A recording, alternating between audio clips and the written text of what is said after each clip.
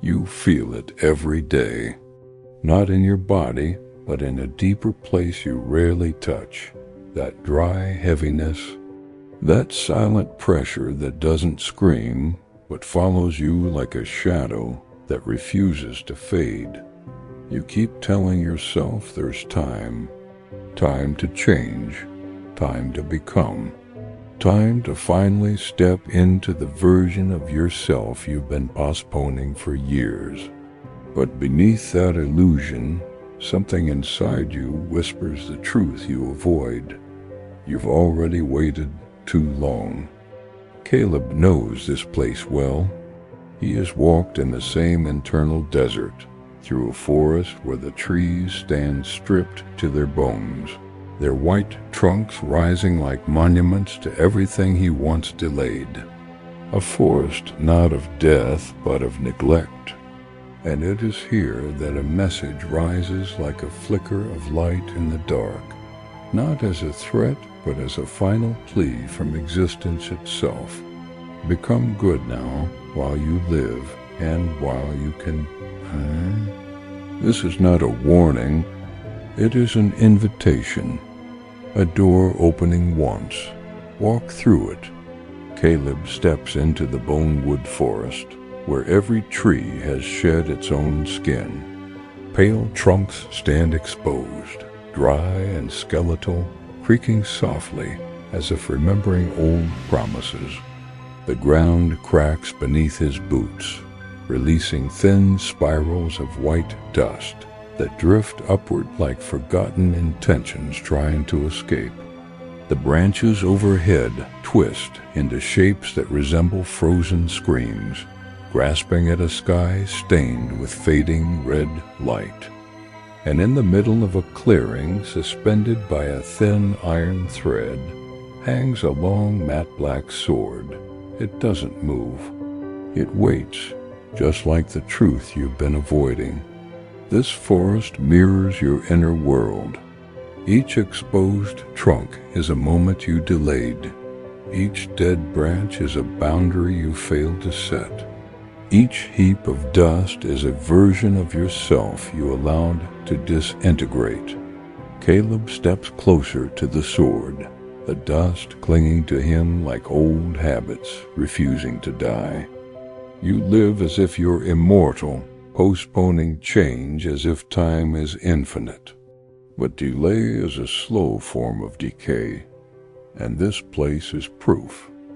Caleb places a hand on a bone-white trunk. It collapses instantly into powder. This is how fragile your potential becomes when left untouched for too long. You tell yourself next time, but next time never comes. You stay silent, hoping people will magically understand you. You wait for motivation, even though motivation is the first thing to die. Caleb's hand falls through the disintegrating wood, and he feels the cold emptiness inside. The sword above him doesn't represent death. It represents urgency. Its shadow crosses his chest like a verdict rendered in silence. And deep inside you feel it too, the sharp edge of time hovering over the life you keep delaying. Caleb walks deeper into the forest. The trunks crack open from within, revealing hollow insides that look like mouths frozen mid-confession. A darker shade of light settles across the scene, bruised and heavy. The ground is stiff and untouched, as if no one has dared walk there in decades. Branches hang like thin, accusing fingers, pointing at everything you never said. This is the place where all your unspoken truths live. Most of your suffering comes from what you avoided, not what you faced. Your swallowed words, your boundaries never declared, the quiet resentment you carry from trying to keep the peace. Caleb bends down and touches a gray root. It breaks into dust instantly. That is what happens to your voice when you silence it for too long. It rots inside you. Think about all the times you allowed disrespect to avoid conflict. All the times you stayed quiet because you didn't want to seem dramatic. All the times you avoided the difficult conversation that could have saved you. Caleb discovers a trunk carved with desperate scratches. Someone once tried to carve their way out of themselves here, but gave up. You know exactly what that feels like. You've done the same, burying your truth under excuses instead of decisions. A dry wind cuts through the forest, rattling branches like bones grinding together. Dust settles on Caleb's eyelids as if the forest is trying to mark him. The message sinks deeper. Silence has a price, and you've been paying it with your self-respect. Every unsaid truth costs you a little more of who you were meant to become. The forest narrows into a corridor of collapsing trunks, leaning inward like a rib cage closing around him. Light barely reaches the ground. The air vibrates with exhaustion, like a world that has waited too long for you to act. Caleb pauses. He feels the weight of this place, the exhaustion of everything that once had potential and died waiting. A museum of postponed lives. Procrastination is subtle self-destruction. You disguise fear as logic. You say later, but you mean never. You tell yourself stories about time and readiness, even though readiness is a myth. Caleb presses his palm to a tree. Its brittle surface scrapes his skin. Delay always has consequences, even if you can't see them yet. They gather quietly in the dark. Think about your own patterns, the relationships you overstayed, the jobs where you accepted crumbs, the boundaries you never built until everything collapsed. Caleb finds a tree split down the middle, hollow inside. It died long before it fell, just like you began breaking long before you finally snap. A long crack echoes through the forest, deep and tired. Trunks begin crumbling where they stand. Nothing strengthened survives. Everything postponed collapses. You know this? You feel this. And for the first time, you're forced to admit the real danger was never the sword. It was the waiting. The forest shifts again. Shadows point toward Caleb like long, narrow reminders. The ground becomes dense and untouched, as if covered in years of avoided moments. The silence thickens until it becomes its own presence. Caleb's steps slow. This place feels painfully familiar. It is the landscape of shame. Shame for what you didn't do. Shame for what you allowed. Shame for all the strength you didn't claim because you were afraid of conflict. Shame for the life you didn't live because you convinced yourself you had time. Caleb finds a tree etched with half-words, unfinished sentences carved by someone who wanted to change but quit too early. Quitting before trying wounds deeper than failure. Shame hides in your smallest decisions. When you say tomorrow, knowing tomorrow never arrives differently. When you numb yourself instead of facing discomfort. When you promise discipline but choose distractions. Caleb touches a thin branch that snaps instantly. Nothing breaks suddenly, it decays first, like you do every time you avoid your own evolution. A faint smell of burnt wood drifts through the dry air, though nothing has burned. It's the scent of time eroding everything you ignored.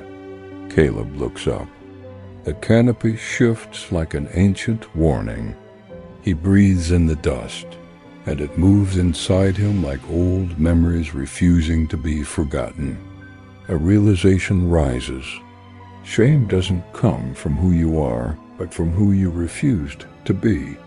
And that realization burns more than the truth itself. The forest narrows even more, funneling Caleb toward a single unavoidable direction. The trunks tower like pillars of an abandoned cathedral, brittle and sacred. Light turns into a faded golden haze. The air feels like powdered bone. The ground vibrates beneath him. Something demands a choice. Nothing grows in the life of someone who always waits for the right time. You've waited long enough.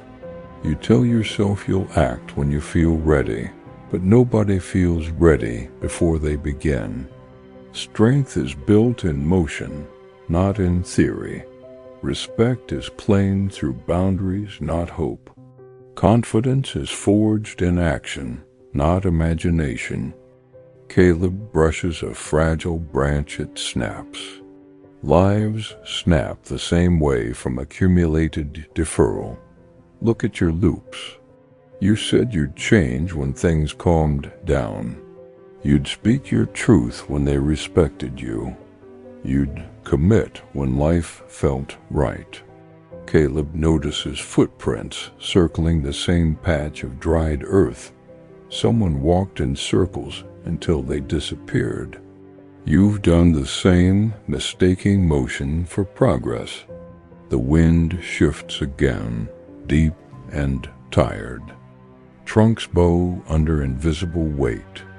Caleb sees a narrow opening at the top of the canopy, a slit of light like a hole in time. The forest chants without sound. Now, now, now. That word wraps around your ribs. Urgency stops being enemy and becomes oxygen. The trees suddenly clear, creating a circle of pure dust. Two raised roots hold a dark iron thread, stretched tight like a nerve. Suspended above it hangs the same black sword. It knows him. It knows you. It reflects nothing because truth rarely does. Caleb steps beneath it, the shadow of the blade covering him completely. This sword is your truth, silent, unmoving, unavoidable. Caleb sees his warped reflection in the dark metal.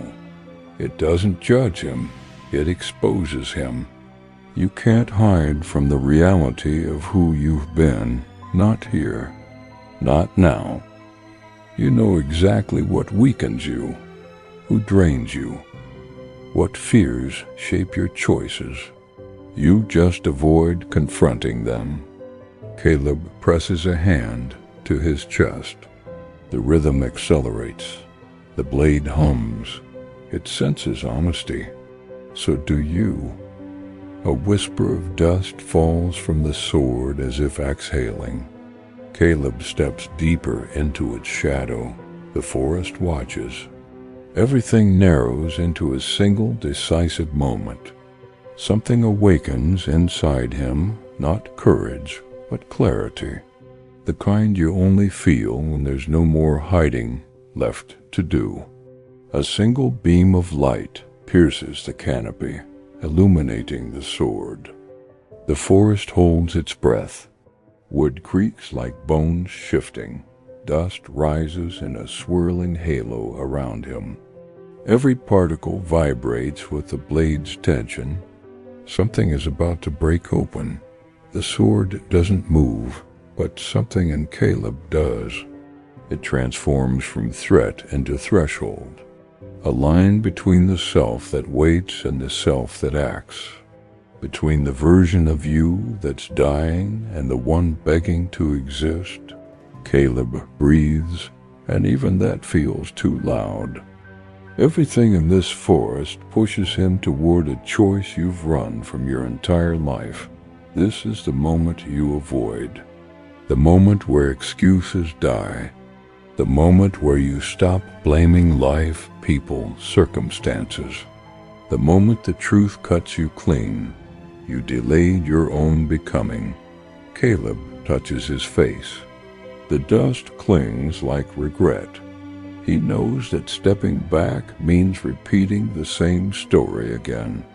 And you know exactly what that means. So he steps forward. Just one step. But it changes everything. The air tightens. The forest leans inward. The blade vibrates with a thin, awakening sound. Not a threat, a call. The same call you felt your entire life but never answered. The vibration spreads across the whole forest. Trees tilt inward like ancient witnesses. Dust spirals upward in thin columns. Light turns into a dry golden flame. Caleb feels something inside him align with the silence. It's not strength or bravery. It's lucidity the moment you stop lying to yourself. Transformation begins with honesty, with admitting what you've been avoiding, with accepting the gap between who you are and who you were supposed to be. Caleb feels the weight of his entire story settle into him. The sword hums in acknowledgement, as if saying, "Now you understand." The forest stops breathing, waiting for his response. Caleb raises his face. The blade hangs directly above him. He does not fear it, because this sword isn't death, it's decision. He inhales the dust deeply, letting the dryness purge whatever still tries to hide. This is the pivot, where avoidance ends, where becoming begins. Then something subtle happens. The sword does not fall. It tilts just slightly, like a nod, a recognition, a silent agreement. The forest freezes, time stills. And Caleb finally understands. Life respects you the moment you choose to act. Not before. Never before. The forest stands motionless around him, holding the moment in its dry hands. The sword remains suspended above, steady and calm. It doesn't need to fall. It never did.